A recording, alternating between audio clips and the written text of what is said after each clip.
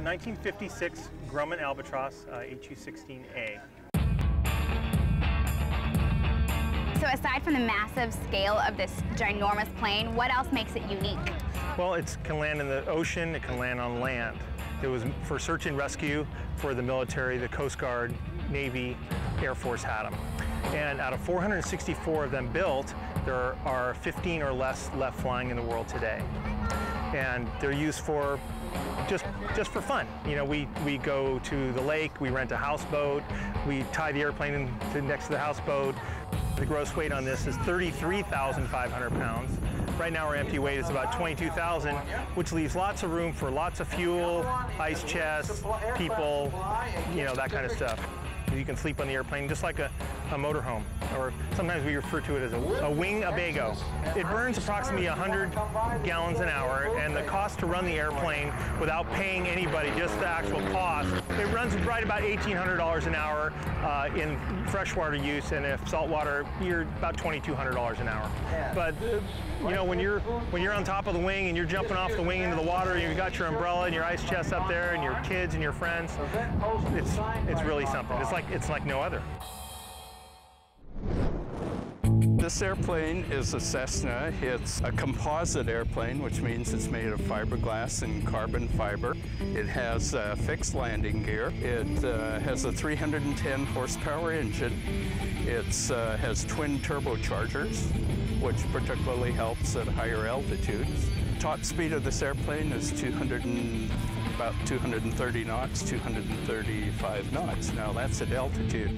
It's capable of going up to 25,000 feet. It has a built-in oxygen system. So if you're above altitude of about 12,500, you put on an oxygen mask and you can continue on up to 25,000 and cruise up there if you like. This airplane has the latest state-of-the-art, what they call a flat panel display, just like your TV set at home. And it, of course, has a GPS. It has a sophisticated autopilot. It has an onboard weather detection system, which they call NEXRAD Weather, which comes via satellite. It has XM radio, so if you want to listen to your favorite radio station as you fly along, you can do that as well. How much would this set someone back? This one lists for $620,000. Brand new. Brand new. This is a Waco UPF-7.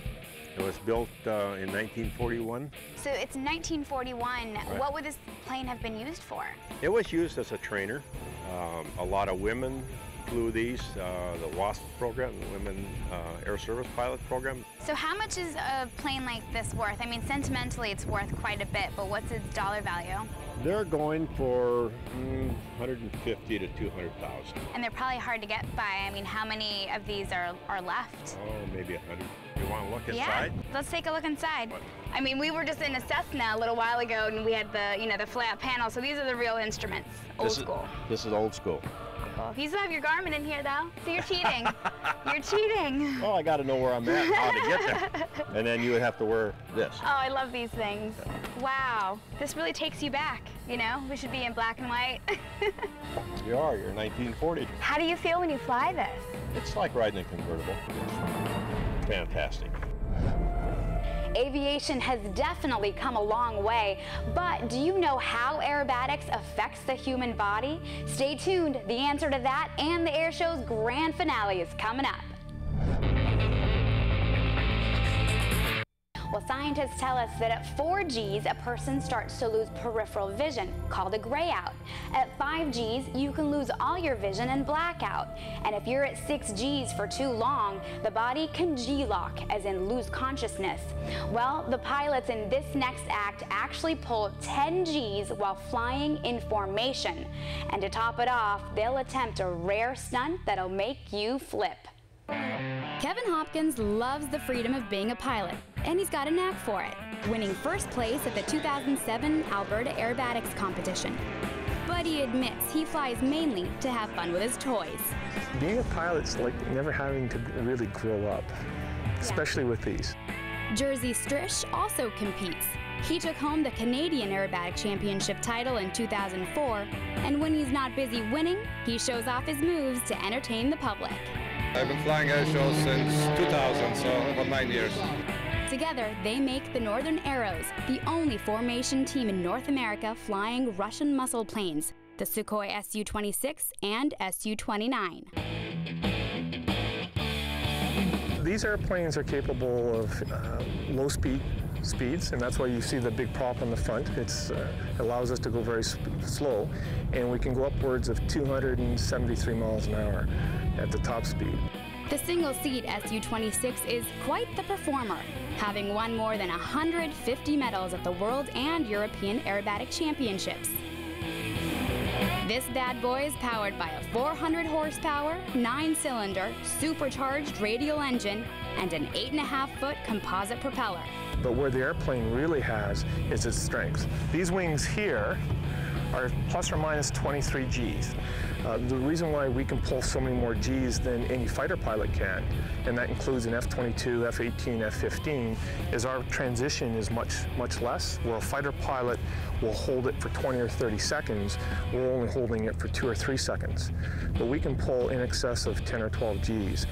The plane's actually designed to make this easier. The pilot's seat is reclined at a 60-degree angle, making for better G tolerance.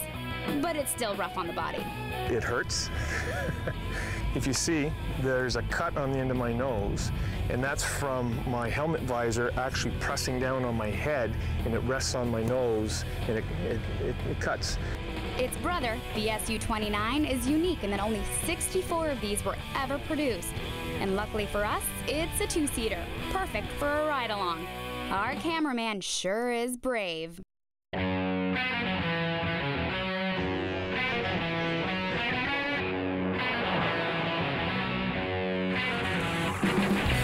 From the formation takeoff to the unlimited aerobatics, their show's a crowd pleaser.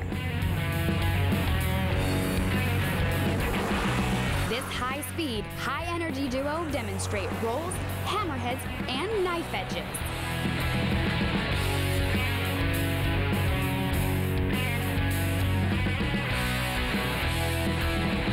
During an airshow performance like this, the pilots burn more than just fuel. You're going through a fair amount of gas and oil, 2.7 liters per minute, so about half a gallon per minute.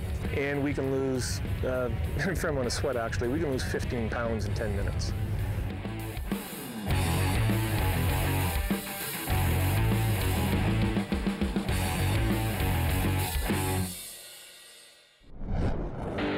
The grand finale of them all is a stunt rarely seen, and the Northern Arrows are the only pilots in America able to do it in a Sukhoi. A regular person, if they were to try and do this, there's a good chance they'll rip the wings off the airplane if they don't kill themselves. 5 brave audience members, and me, get to participate. Jersey will get the runway, then we can go out. Running poles across the runway. Quick, quick, quick! And placing ribbon just 20 feet above us for Jersey to cut through it with its propeller. Full speed up! Did I mention he's flying upside down? The perspective is quite different being upside down, and also is different runway width. The perspective is different, so it's a little bit difficult to judge the height. A couple test runs allow him to judge his distance. You've got about 10 feet on that side of your wheel. But complicating matters are some strong winds. A little bit difficult conditions with bumpy weather and a little bit of a crosswind on crowds. So after a little correcting, Jersey slows down for the real thing. About 120 knots, which is just enough speed in case I have engine failure. I still have enough energy to turn aircraft right side up and land. Looking good, looking stable. Oh my God! That was terrifying. Now let's see it again. Was your heart pounding a little? Heart pounding, hands sweaty. They're still a little sweaty. I probably felt like you, terrified for a second there, but that was just so exciting and cool. Had you ever seen anything like that before? Never that close. We had the best seat in the house. By far. It was such a rush. Well, I hope you enjoyed this edition of Wealth in the Air. I'm Haneen Smith, and we'll see you next time.